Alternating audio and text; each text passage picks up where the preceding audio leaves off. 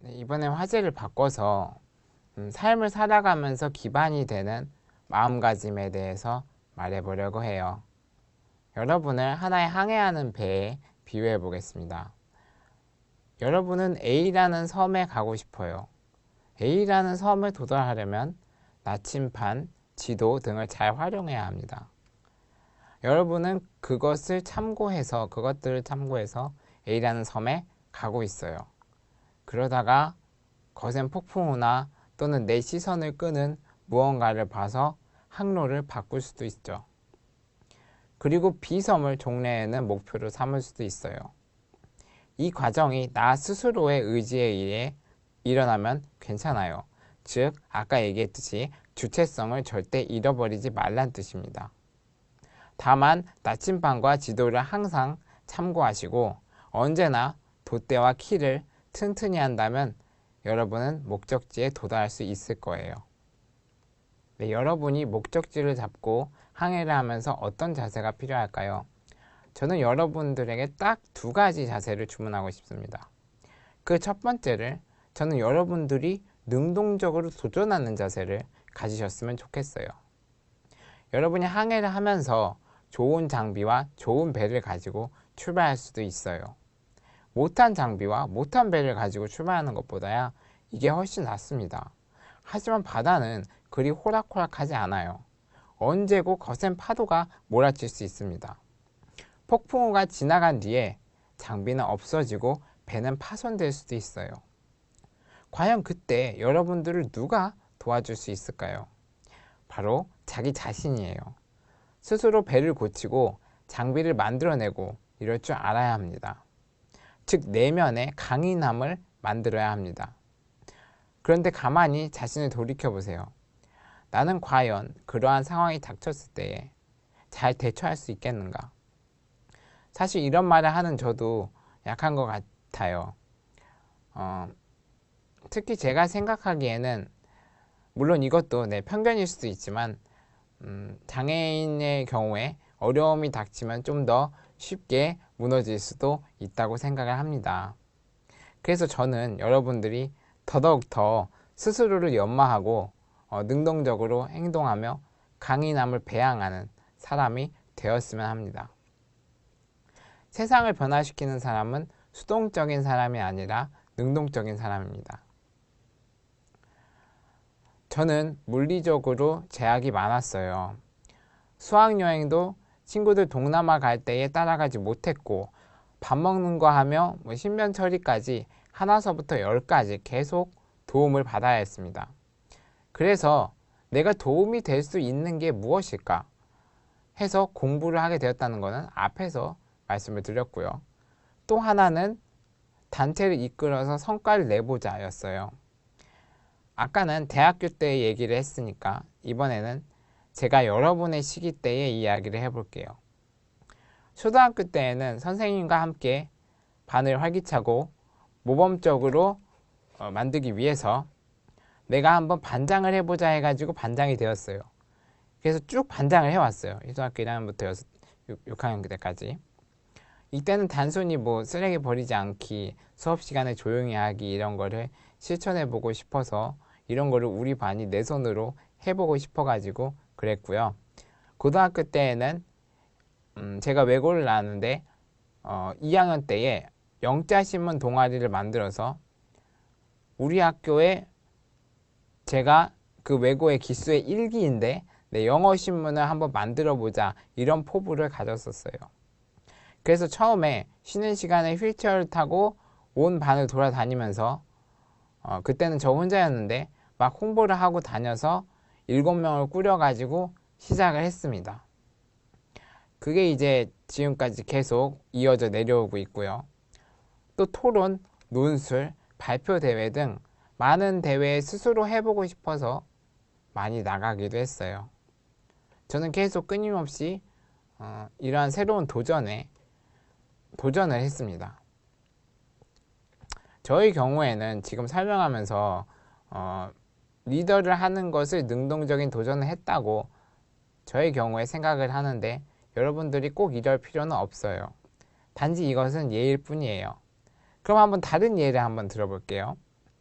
여러분들이 그냥 동아리의 보원으로서 동아리 활동을 열심히 하는 것도 그 능동적 도전의 하나입니다. 왜냐? 이것도 내가 이 활동에 흥미를 느끼고 스스로 두드려보는 것이니까요.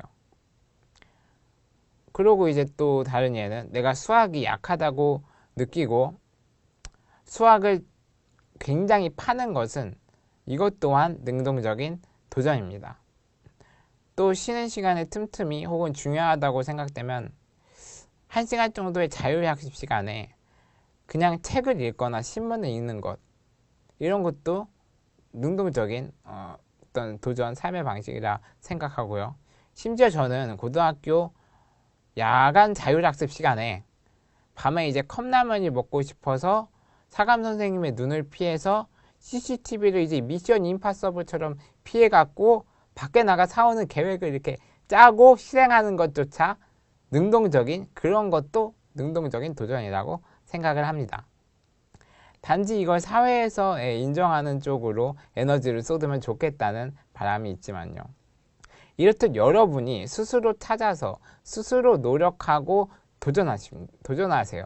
뭐든지요. 어려우면 주변에 도움을 요청을 하시고요. 그러나 항상 생각해야 될 것은 내가 주인이며 내가 내 인생을 살고 내가 결국에는 해야 된다는 것을 잊지 마세요. 이러한 기회는 스스로 찾고 스스로 만들고 책임도 스스로 지는 것입니다. 네, 여러분 맨 땅에 헤딩한다 이런 말 아시죠? 근데 그거는 상식적으로 해서는 안 돼요. 맨 땅에 헤딩하면 머리가 깨져요. 네, 그런데 저는 제 목적이 맨 땅에 헤딩해서 뭘 하는 거다. 뭐 맨 땅에 호두를 놓고 호두를 깨기 위해서 이렇게 머리를 이렇게 박는 걸 내가 수단으로 삼고 목적을 삼았다. 이러면은 저는 그것을 여러분들이 감수했으면 좋겠습니다. 이 골키퍼가 이 공이 들어오는 것을 막기 위해서 자기 몸을 이제 골대에 부딪혀 가면서 공을 막은 적이 있었어요. 이렇게 어떠한 자기가 하고 싶은 능동적인 도전이 있다면 몸과 정신을 사리지 말고 도전해보는 자세를 가졌으면 해요. 도전에 실패를 미리 두려워하지는 마세요. 네, 부딪혀보는 거예요. 두 번째 자세는 긍정적인 마인드를 가지고 좌절하지 않는 거예요. 계속 얘기하는 거지만 풍랑을 만나는 건 100%, 여러분의 삶에서 풍랑을 만나는 건 100% 확실해요. 그게 이제 정도가 다를 뿐이지 여러분을 휘젓고 갈 것은 틀림없습니다. 그럴 때 여러분은 좌절할 수가 있어요.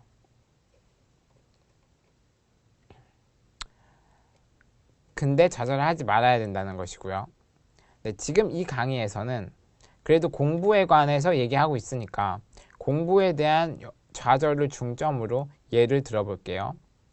중대한 시험이 고등학교에서는 3월, 6월, 9월 모의고사입니다. 이렇게 모의고사를 쭉 봐오면서 점수가 향상이 좀처럼 되지 않던가 점수가 들쭉날쭉 한다던가 할 수가 있어요. 그러면 심리적으로 압박을 받게 됩니다. 나는 왜 하는데 성적이 잘 안 오르지? 내 수준이 이것 정도밖에 안 되는 건가?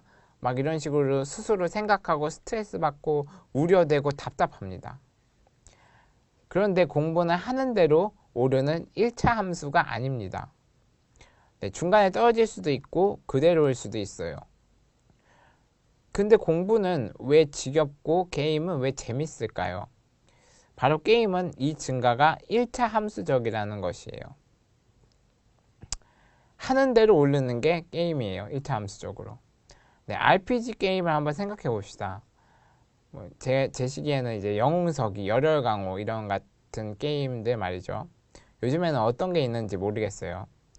네, 어쨌든 여기서 여러분은 플레이어가 됩니다. 플레이어의 목표는 퀘스트를 하고 돈을 모아서 좋은 무기를 산 다음에 몬스터들을 잡으며 레벨업을 해서 좀 더 강한 몬스터를 잡으러 가는 것입니다. 그 과정에서 플레이어는 내 캐릭터가 점점 화려해지고 강력해지는 것을 느끼며 조금 더 강해지고 싶은 욕구를 느끼게 되죠. RPG 게임은 게임의 능력치가 후퇴하지 않아요. 게임을 하면서 우리는 푼돈이지만 돈을 조금씩 모을 수 있고 레벨업을 하는 것이 눈에 보입니다. 하지만 공부는 그렇지 않아요. 가시적 성과가 나타나기에 오랜 시간이 걸리니까요. 그러나 여러분은 굴곡이 있을지라도 내가 공부를 노력해서 열심히 하면 성과가 서서히 눈에 보일 거예요. 그 성과가 나타났을 때 그 희열은 RPG 게임에서 보스 몹을 깼을 때와 비교도 하지 못할 만큼 좋을 것입니다. 그런데 성공적 성과를 눈앞에 두고 난 안 돼 하고 포기를 하는 것은 히말라야 정상을 불과 100m 남겨놓고 포기하는 꼴이 되는 것입니다. 그럼 이렇게 좌절하지 않는 것에 필수 불가결한 요소인 긍정적 마인드를 설명해 볼게요. 네, 긍정적 마인드란 부정적인 상황에서도 희망을 찾는 것입니다. 네, 긍정적인 마인드에 대한 제 경험을 얘기해 드릴게요. 저는 몸에 근육이 별로 없어요. 그 2두박근, 3두박근 할 때 남학생들이 만드는 근육이 아니라 걷게 하고 몸을 가눌 수 있게 하는 그런 기본적인 근육들 말입니다. 그런데 뼈는 이제 근육이 감싸고 있고 근육이 고루 뼈를 지탱해 주는데 저는 그게 적으니까 제대로 지탱하지 못하고 걷지도 못하지만 허리도 휘었어요. 이걸 척추 측만증이라고 하는데 심하면 수술을 해서 척추를 반드시 하고 소위 척추에다가 찡을 박아야 돼요. 이 수술 자체는 의학의 발달에서 별로 문제될 것이 없었는데 저는 폐 근육도 약해가지고 마취해서 풀려도 폐가 움직이지 않을 수도 있다는 말을 이제 의사 선생님으로부터 들었습니다. 결국 폐가 멈추면 죽게 되는 거니까 만약 이렇게 되면은 죽는 거죠. 제가 살 수 있는 수학적인 확률은 2%에 불과했어요. 말이 2%지 거의 뭐 사망에 가깝죠. 그래도 저는 수술을 뭐 어떤 생각인지 모르겠는데 감행을 했어요. 그래서 2%는 숫자에 불과하고 가능하다고 생각하면 제가 가능하다고 생각하면 가능하다고 믿었기 때문이죠. 수술은 결국 성공했어요. 이렇게 긍정적인 마인드가 저를 살리게 된 그런 계기가 된 것입니다. 이번엔 긍정적 마인드의 다른 예를 들어볼게요. 가령 오늘 저녁 급식에 메뉴가 거의 다 내가 생각하기에 맛이 없는데 하나는 괜찮아요. 하나는 맛있어요. 그러면 그 하나라도 괜찮은 맛있는 음식이 나왔다는 생각을 하는 거예요. 만약 여러분이 고등학생이라면 만약 여러분이 고등학생이라고 생각했을 때 이것마저 없었으면 오늘 밤 야간 자율학습을 어떻게 버티겠는가, 참 감사하다, 이런 마음이 긍정적인 마인드예요. 성적도 마찬가지예요. 설사 떨어지더라도 그건 숫자에 불과한 거예요. 내가 그동안 한 것을 믿고 아직 발휘가 안 되어서 그런 거지 노력하면 결국에는 발휘가 될 것입니다. 여러분들에게는 아직 노력할 무궁한 가능성과 시간이 있기 때문이죠.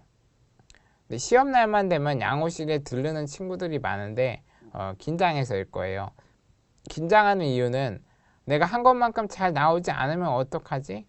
남들이 나보다 더 잘 보면 어떡하지? 하는 이런 마음들 때문일 거예요. 그런데 그런 마인드는 일어나지도 않을 일을 걱정하는 어떤 부정적인 마인드예요. 대신에 한번 이렇게 생각을 바꿔보세요. 오늘은 왠지 기분이 좋은 걸 오늘 내가 그동안 갈고 닦은 실력을 발휘할 최적의 날입니다. 라고 말이지요.